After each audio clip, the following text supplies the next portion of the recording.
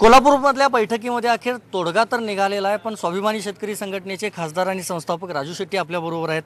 175 ॲडव्हान्सवर तुम्ही अखेर तयारी दर्शवलेली आहे. अखेर 3200ची मागणी होती आणि ही तयारी ही जी आमची मागणी होती त्याच्या जवळपास जाणारीच आहे.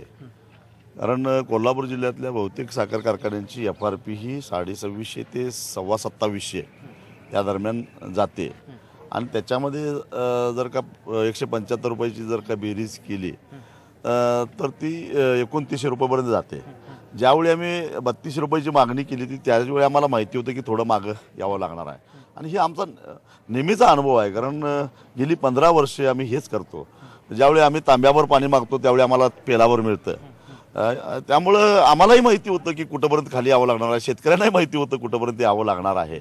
आता राज्यकर्ते ज्यावेळी लोकभावनेचा आदर करून वेळीच हस्तक्षेप करतात, आणखीन चर्चा घडवून आणतात, त्यावेळी आंदोलन करायची आवश्यकता नसते किंवा करण्याची गरज नाही. केवळ न्यूज व्हॅल्यू वाढावी किंवा माध्यमातून चमकावं म्हणून आम्ही आयुष्यात कधी आंदोलन केलं नाही. धन्यवाद साहेब. IBN लोकमतशी बोलल्याबद्दल. आपण बघतोय पालकमंत्री आणि राज्याचे महसूल मंत्री चंद्रकांत पाटील यांनी ही बैठक घेतली आणि यामधून हा तोडगा तर निघाला आहे. त्याचबरोबर स्वाभिमानी शेतकरी संघटनेनं आपलं आंदोलन देखील यंदाचं मागे घेतलेलं आहे.